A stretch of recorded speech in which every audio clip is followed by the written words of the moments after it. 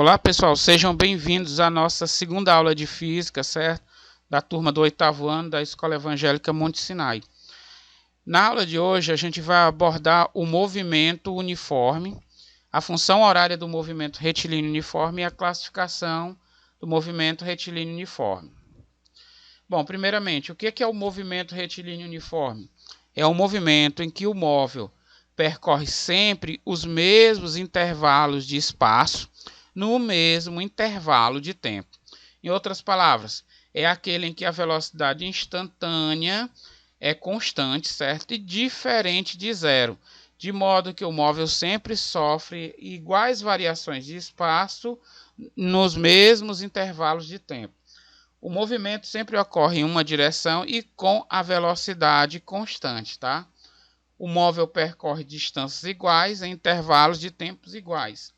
E sua aceleração durante esse movimento ela é nula. O exemplo aí da figura, o móvel se encontra em posições diferentes, em intervalos de tempos diferentes, mas perceba que de uma distância a outra, a velocidade ela permaneceu constante. Isso é a característica do movimento retilíneo uniforme. A trajetória é uma linha reta e a velocidade permanece constante, pois o móvel percorre distâncias iguais em intervalos de tempos iguais, tá? Função horária do MRU. Considere um ponto material em velocidade em relação a um dado, velocidade. Considere um ponto material em movimento em relação ao dado referencial. Tanto ponto material quanto referencial, essas noções já foram estabelecidas na aula anterior. Com o decorrer do tempo, seu espaço vai mudando, ou seja, vai variando. A função, né? A função horária, a função que relaciona o espaço S com os correspondentes instantes T é chamada de função horária do movimento e é representada genericamente como sendo S igual a F de T. Está bem aqui no cantinho, ó. S igual a F de T. Né? Ou então, S é uma função de T. Toda vez que fornecemos uma função horária, a maioria dos problemas que tratam de MRU, nós temos essa função horária, devemos indicar as unidades. Se S estiver em metro e T em segundos, a unidade de medida da velocidade é o metro por segundo. Se S estiver em quilômetro e T em hora, a unidade passará a ser o quilômetro por hora. Então, observe aqui os elementos que a gente tem que destacar. Primeiro, o tempo inicial, a posição inicial, o tempo final do movimento e a posição final do movimento, certo? Se por acaso T índice 0 for igual a T, ou seja, o tempo inicial é o tempo final, o móvel ele não se deslocou, né? Pois no mesmo intervalo de tempo, ou que o tempo variou, as posições S, S0 e S também não variaram. Né? Se eu estou no mesmo intervalo de tempo e não ocorreu variação de S, eu estou em repouso. Tá? Espaço inicial é o espaço do móvel no instante T0. Normalmente, o T0, o tempo inicial, ele é zero. Mas há questões ou problemas em que esse tempo inicial ele é diferente de zero e a gente vai ver. Já sabemos, né, que a velocidade é a variação do espaço, ou seja, é a diferença entre a posição final e a inicial, e a variação do tempo é a diferença entre o tempo final e o inicial. Então, a velocidade ela pode ser escrita por essa expressão aqui. No entanto, o T0, T índice 0, né, o tempo inicial, ele é zero na maioria dos problemas. Então, se eu fizer T menos zero, eu vou ter simplesmente T ficando a expressão escrita desse modo. Se eu pegar o T, passar para cá multiplicando o V, eu vou ter V vezes T igual a S menos S0. Né? Se eu pegar esse S0 que está no segundo membro da equação e passar para o primeiro membro, eu vou ter que S0 somado com V vezes T é igual a S, que é a posição final. Portanto, eu posso escrever que a posição final de um móvel é igual à sua posição inicial adicionada ao produto da velocidade vezes o tempo. Essa expressão aqui é o que a gente chama de função horária da posição. Então, para eu encontrar a posição final de um móvel, basta conhecer a sua posição inicial, e a sua velocidade. E um detalhe, essa velocidade ela pode ser positiva, negativa e até nula. Vamos ver o caso em que a velocidade é nula. Se esse v for igual a zero, 0 vezes t vai dar zero. Então, S0 mais 0 vai dar o próprio S0. O que significa isso? Que a posição final é igual à posição inicial. Então, o móvel ele não saiu do local, ele se encontra na sua posição inicial mesmo, porque fizemos o t, né, ser zero. Então, no instante que o t é zero, a posição inicial e final do móvel se igualam. Certo? Então, se as duas posições são iguais, significa que o móvel ele não sofreu variação de espaço alguma. Estamos considerando o caso em que o tempo é zero, tá certo? À medida que o tempo vai passando, se eu tiver um tempo diferente de zero, as posições final e inicial elas se tornam diferentes. Quer ver? Ó? Se aqui a velocidade fosse 10 e o tempo for 1 segundo e aqui for zero, olha só o que acontece com as posições final e inicial. 10 vezes 1 é 10, 10 mais 0 é 10. Ó. O S final, a posição final, passará a ser 10 metros, tá bom? Essas duas expressões aqui vocês não devem esquecer jamais. A primeira aqui define a velocidade e a segunda aqui define a posição. E as duas fazem parte do estudo do movimento retilíneo uniforme, tá? Isso aqui é muitas vezes chamado a equação do sorvete, tá? Sorvete, tá? Tá ok? Bom, classificando o movimento, observe aqui esse movimento desses dois móveis, né? Que estão nas proximidades do quilômetro 160. Observe o sentido positivo da trajetória definido pela setinha. E a gente observa que o móvel que se desloca para a direita, a sua velocidade é positiva. E que o móvel que se desloca no sentido contrário à trajetória tem a sua velocidade como negativa. Então vamos ver no que isso vai ajudar a classificar o movimento. O movimento retrógrado ocorre quando o móvel caminha contra a orientação da trajetória. Olha esse aqui, ó. A trajetória está apontada para a direita e o móvel está se movendo para a esquerda. Seus espaços decrescem no decorrer do tempo e sua velocidade escalar é negativa. A velocidade foi negativa, o movimento é retrógrado, né?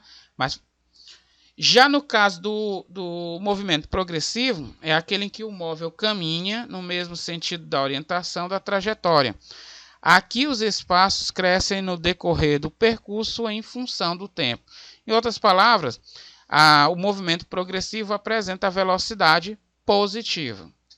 Pessoal, nós temos alguns exemplos aqui, né? Olha só, um ônibus passa pelo quilômetro 30 de uma rodovia às 6 horas, viu? O tempo inicial, o tempo que eu estou considerando para o estudo do meu movimento aqui não é zero, certo? Eu fiz ele ser diferente de zero. E às 9 horas e 30 minutos passa pelo quilômetro 240, ou seja, nós temos aí o tempo final e a posição final.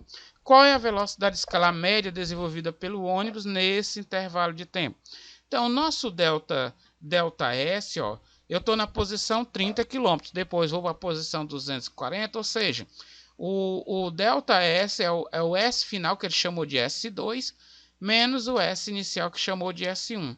240, que é a posição final, menos o S1, que é 30, posição inicial, dá 210 km. Então, isso aqui é a variação do espaço. Podemos aplicar o mesmo conhecimento e calcular a variação do tempo. 9 horas e 30 minutos, que é o tempo final, menos 6 horas, que é o tempo inicial, dá uma diferença de tempo de 3,5 horas.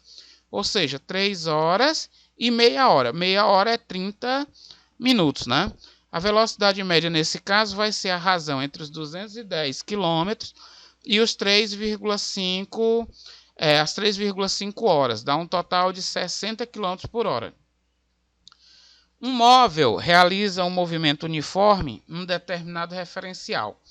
Seus espaços variam com o tempo segundo os dados da tabela. Perceba nessa tabela, ó, que eu já tenho aqui, ó, o tempo inicial do meu movimento, 0, e a minha posição inicial, que é 20. O tempo final, que é 4 segundos, e a posição final, que é 52 metros. Então, ó, no item A, determine o espaço inicial S0 e a velocidade escalar v do movimento. Olha, ele quer o SO e o v. Né? Se eu tenho o SO e tenho o v, eu já posso escrever a função horária da posição do móvel. Mas vamos primeiro atrás do S0. No tempo zero, o espaço inicial é 20. Então, quando o t é zero, o espaço do móvel é 20 metros. Então, esse é o espaço inicial, tá ok? Para calcular a velocidade, que é igual à velocidade média nesse caso, nós fazemos o ΔS dividindo pelo ΔT. Se a gente pegar aqui, ó, 52 metros menos 20 metros, ó, posição final menos a inicial, dá 32 metros. Então, esse ΔS aqui, ó, precisa ser 32. Esse aqui é 32, né? Agora, vamos calcular o ΔT. Ó. Tempo final é 4, tempo inicial é 0. 4 menos 0 é 4. Então, ΔT é 4. Ó. Se eu pegar 32 metros e dividir por 4 segundos, 32 por 4 dá 8. Então, 8 metros por segundo. Então, resolvi o item A. Na letra B, ele questiona se o movimento é progressivo ou retrógrado. Pessoal, vocês viram aqui ó, que a velocidade é positiva. Sendo V igual a 8 e 8 é maior que 0, concluímos que o movimento é progressivo. Os espaços crescem, você vai observando aqui, ó, 20, 28, 36, 44, 52 e assim sucessivamente.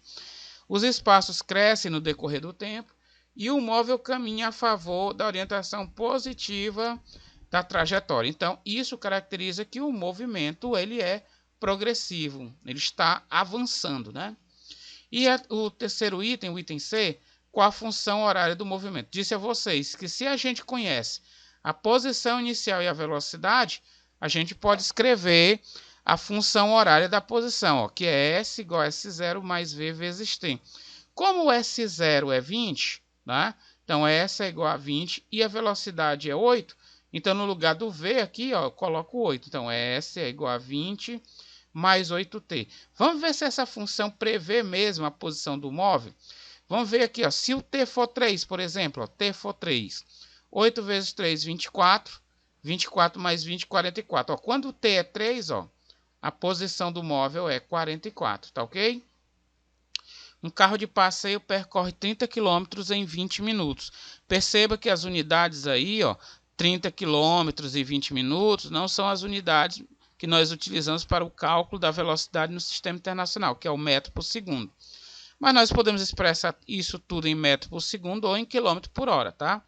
Determine sua velocidade escalar média nesse percurso. Primeiro, a variação do espaço, ou seja, a distância que o veículo percorreu, é dada na questão. Ó. Ele percorre 30 km, então isso aqui é o ΔS, tá? Agora o intervalo de tempo ele dá em minutos, ó, 20 minutos. Vamos transformar esses 20 minutos em horas. Para transformar minuto em hora, basta dividir minuto por 60. Tá? Então, se você pegar 20 e dividir por 60, você pode ficar com a fração 1/3. Tá? Ó, 20 vezes 1 é 20. 20 dividido por 60, posso cancelar o 0 com o 0. E dividir 2 por 2, dando 1. E 6 por 2 dando 3. Ou seja, 20 minutos é a mesma coisa que 1/3 da hora. 1/3 da hora é 1/3 de 60, ou seja, 20 minutos. Aplicando a fórmula, velocidade média é igual a ΔS sobre ΔT, que vai ser 30 km, dividido por 1/3 de hora. Na divisão de frações, nós repetimos a primeira e multiplicamos pelo inverso da segunda, o que significa dizer que o 3 acabará multiplicando 30. Vai dar 90, e 90 dividido por 1 vai dar 90 km por hora. Problema do encontro e da ultrapassagem, né? O encontro entre dois móveis só pode ser obtido quando ambos ocuparem a mesma posição simultaneamente, igualando as posições finais dos móveis em suas funções horárias, obtemos a posição e o instante do encontro. Dois automóveis A e B passam por um mesmo ponto P de uma estrada. Até aí não há problema nenhum. Suas velocidades escalares são constantes e valem respectivamente 15 metros por segundo e 20 metros por segundo. Quer dizer, o carro A viaja a 15 metros por segundo e o B a 20 metros por segundo. O carro B passa pelo ponto P 2 segundos após a passagem de A, certo?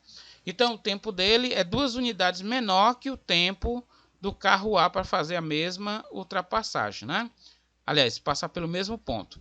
Determine a posição e instante em que B alcança o A. Então, no desenho que vocês estão vendo aí, ó, já tem o carro B, ele já ultrapassou o carro A, né? Estando na mesma reta, na mesma trajetória. Então, vamos ver como é que isso acontece. Olha só, vamos descrever as funções horárias de A e B. Adotaremos a origem dos espaços no ponto P. Tá vendo? Você precisa escolher onde é que vai ser a origem. A origem sendo o ponto P significa que a posição inicial do carro A e do carro B, elas vão ser nulas, tá certo? Pois foi quando nós começamos a estudar os movimentos. No instante em que A passa por P, ó, adotamos a origem dos espaços no ponto P e a origem dos tempos no instante em que A passa por P, ou seja, no tempo igual a zero.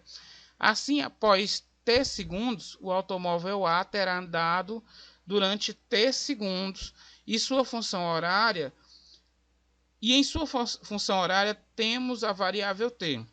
O automóvel B passa pelo ponto P após 2 segundos, ou seja, o tempo do B vai ser o tempo do A menos 2 segundos, ele está levemente atrasado, né? Após T segundos, B andou T menos 2 segundos, né? Porque ele está atrasado em 2 segundos. Daí a sua função horária teremos T menos 2 no lugar de T.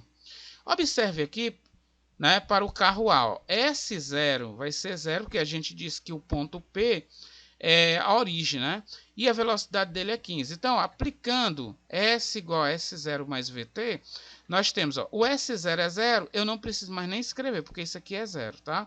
Então, SA, só para diferenciar do outro, tá? Vamos chamar de S índice A, vai ser a velocidade dele, que é 15 vezes T. Então, SA é 15T. Já para o carro B, vamos chamar de S índice B. A posição inicial do B também é 0, significa que não vamos usar essa parte aqui, tá? Então, nós vamos ter a velocidade dele, que é 20, vezes o tempo que ele levou para passar, aliás, o instante que ele está passando aqui, né? Pelo ponto P, que é T menos 2. Ele está 2 segundos atrasados em relação ao A. No momento do encontro, as posições de A e B são iguais, ó, as duas posições são iguais. Então, eu posso escrever que 15T é igual a 20, que multiplica T menos 2, tá? Então, resolvendo essa equaçãozinha aqui, que não é difícil de fazer, ó, 20 vezes T é 20T. E 20 vezes 2 é menos 40. Se eu pegar o 15T, passar para o lado de cá, e pegar o menos 40, passar para o lado de cá, eu terei 40 é igual a 20T menos 15T. Pode escrever aí no seu caderno aí para você conferir. 20T menos 15T é 5T. Então, 5T é igual a 40. Se o 5 passa dividindo 40, vai dar 8 segundos, né? Então, o carro B, ele leva apenas 8 segundos para encontrar com o carro A. Agora eu quero saber em que local, em qual posição vai acontecer o encontro. Basta você pegar uma das duas equações, ou SA ou SB, substituir o tempo por 8 e calcular essa posição. Ó, o SA é mais simples, tá? Então, SA vai ser 15 vezes 8. 15 vezes 8 dá 120 metros. Ou seja, a posição do encontro vai acontecer a 120 metros do ponto P. Ou após o ponto P, no caso, né? Pessoal, estou deixando para vocês a leitura do capítulo 3, que é o movimento uniforme, tá? Se bem que em sala a gente já tinha também começado, né, esse estudo, mas é necessário que eu mantenha a coerência com o livro, tá? E resolver a página 19 do livro de vocês, tá certo? Aí nós nos encontramos na próxima aula. Até mais!